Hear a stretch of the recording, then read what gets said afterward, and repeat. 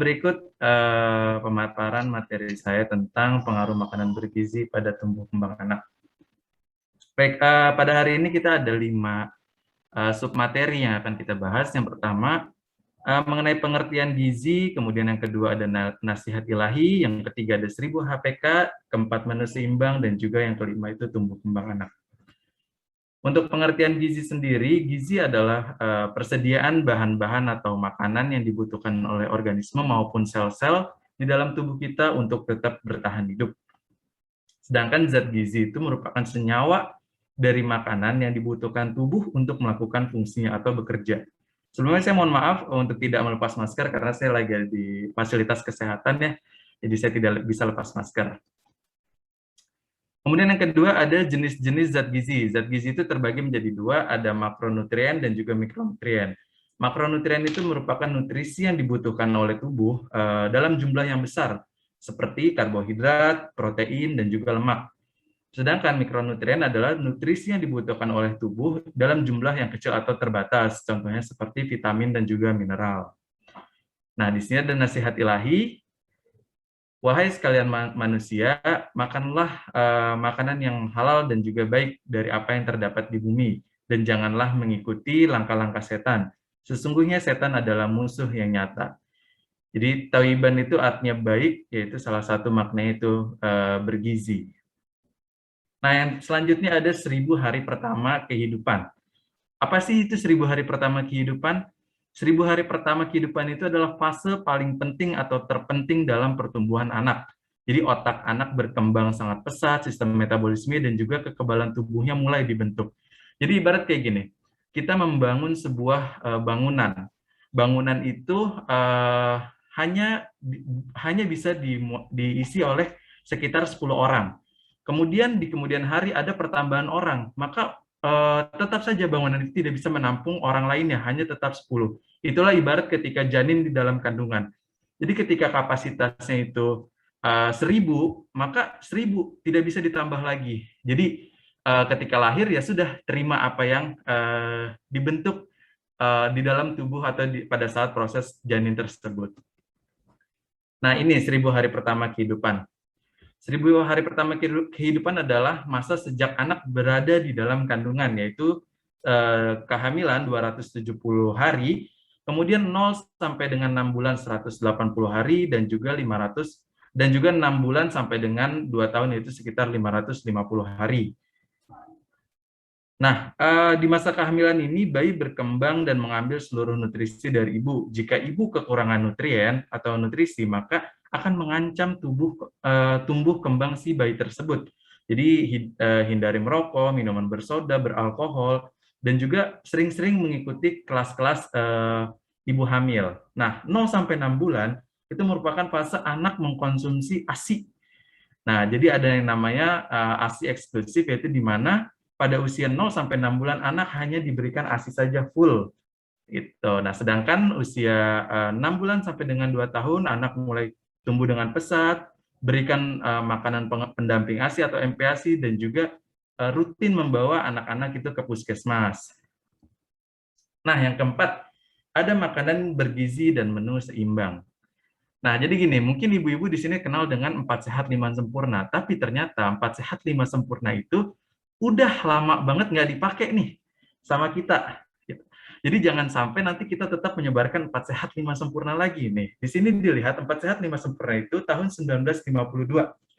Kemudian diganti dengan Pedoman Umum Gizi Seimbang tahun 1995, dan juga yang terakhir adalah Pedoman Gizi Seimbang atau PGS di tahun 2014. Pada 4 sehat 5 sempurna itu hanya fokus pada ragam atau kualitas atau jenis makanan. 4 jenis makanan sehat yang harus dikonsumsi, yaitu makanan pokok, lauk pauk, sayur, dan buah. Susu masih menjadi penyempurna daripada makanan sehat. Kemudian di PUGS dirubah lagi, selain jenis ragam kelompok makanan, juga dipandu anjuran porsi dan jumlah makanannya. Susu tidak lagi menjadi penyempurna, tetapi sebagai salah satu makanan sumber protein. Nah, di PGS kemudian disempurnakan lagi menjadi gizi yang seimbang, itu tidak hanya mengatur daripada pola makan. Jadi harus diperhatikan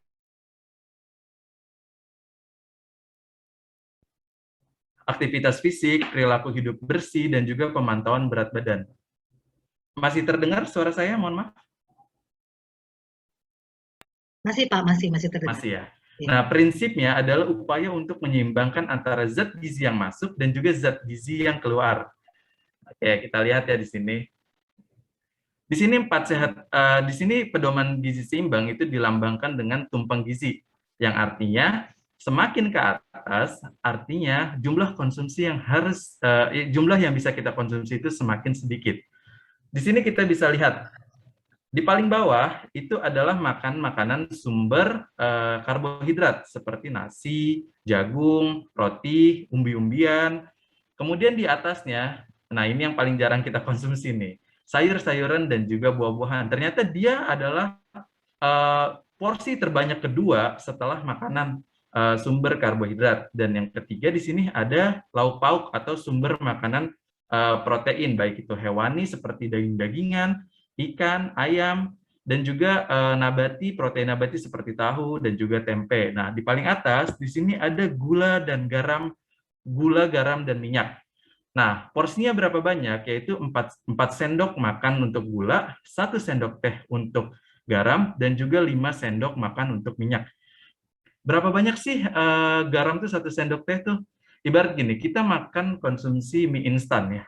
Mie instan itu sudah setara dengan 1 sendok teh garam. Artinya apa? Kita sudah menghabiskan jatah kita selama sehari.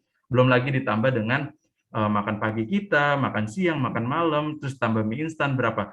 Orang Indonesia itu rata-rata mengkonsumsi garam itu 5.000 sampai dengan 6.000 miligram. Artinya 5 sampai dengan 6 sendok teh setiap harinya. Makanya tingkat hipertensi di Indonesia itu cukup tinggi. Nah, pedoman gizi seimbang ini juga memiliki 4 pilar, antara lain yang pertama, konsumsi makanan beragam, kemudian yang kedua, biasakan perilaku hidup bersih, yang ketiga, melakukan aktivitas fisik, dan yang keempat, rutin untuk melakukan pemantauan berat badan. Nah, oke, selanjutnya, apa sih tumbuh dan berkembang?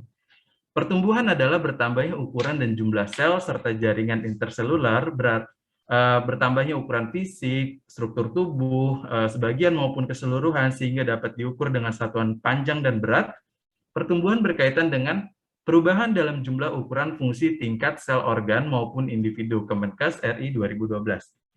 Kemudian perkembangan berarti perubahan secara kualitatif. Ya, perkembangan adalah bertambahnya struktur dan fungsi tubuh yang lebih kompleks dalam kemampuan gerak kasar, gerak halus, bicara, bahasa, serta sosialisasi dan kemandirian. Departemen Kesehatan 2006.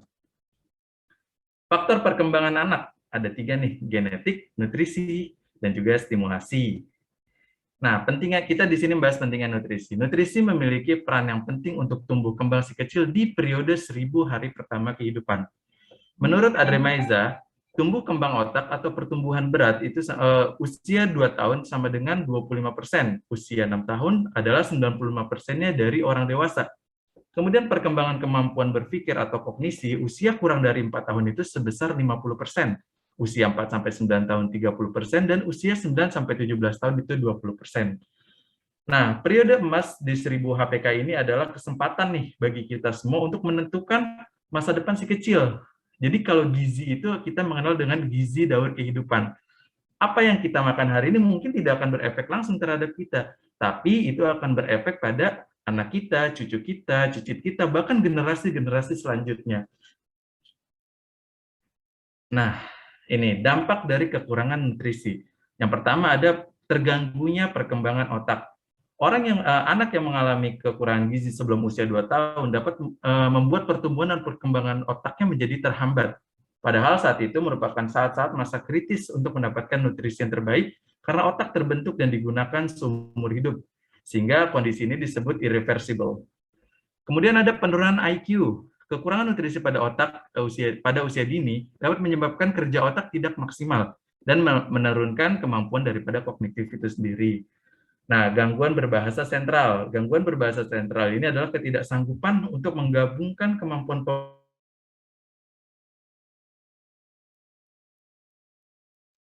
Suaranya hilang, Pak. dengan kemampuan berbahasa. Maaf, terdengar jelas suara saya? Ya, sekarang sudah terdengar kembali. Pak. Pak Ihsan. Terdengar. Putus-putus, Pak.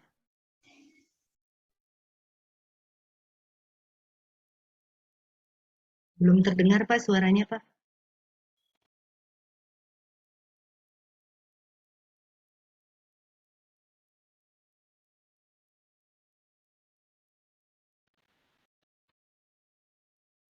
Pak Ihsan.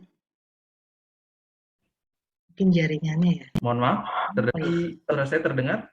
Sekarang sudah terdengar kembali. Silakan. Sudah terdengar ya. Mohon maaf, tadi ada telepon masuk. Oh iya, baik-baik. Silakan Pak dilanjutkan. Oke, baik. Kemudian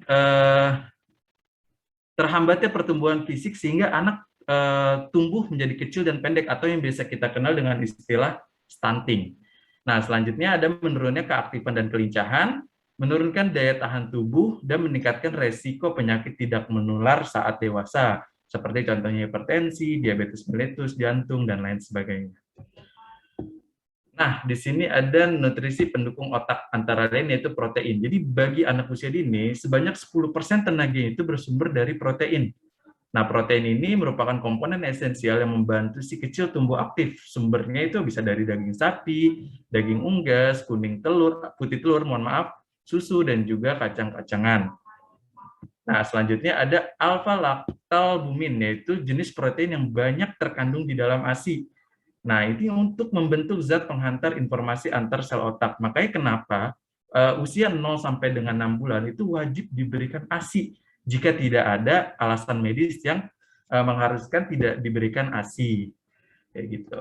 Oke, selanjutnya adalah omega 3 dan omega 6.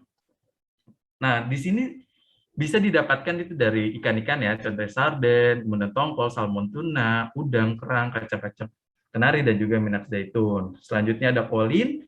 Nah, kolin ini bisa didapatkan itu di sumber makanan seperti brokoli, kubis, kembang kol, tahu, yogurt, dan susu tanpa lemak. Oke, selanjutnya ada zat besi atau yang biasa kita kenal dengan Fe ya. Zat besi adalah unsur yang paling penting dalam tubuh untuk meningkatkan aktivitas saraf. Selain itu, zat besi juga membantu kerja enzim untuk perangsangan saraf.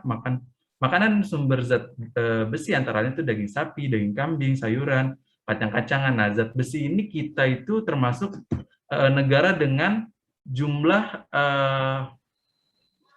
remaja pada anemia itu tinggi gitu. Di Depok sendiri waktu itu saya melakukan penelitian itu hampir semua SMA itu remaja siswi-siswi di sana itu mengalami anemia. Nah, selanjutnya ada vitamin A. Vitamin A itu dibutuhkan untuk mendukung fungsi penglihatan, pertumbuhan tulang, membantu melindungi tubuh dari infeksi. Anak usia 1 sampai dengan 3 tahun membutuhkan asupan minimal 400 mikrogram per hari. Nah, contoh makanan itu ada di wortel, bayam, ubi. Oke. Nah, nutrisi untuk meningkatkan daya tahan tubuh anak di masa pandemi.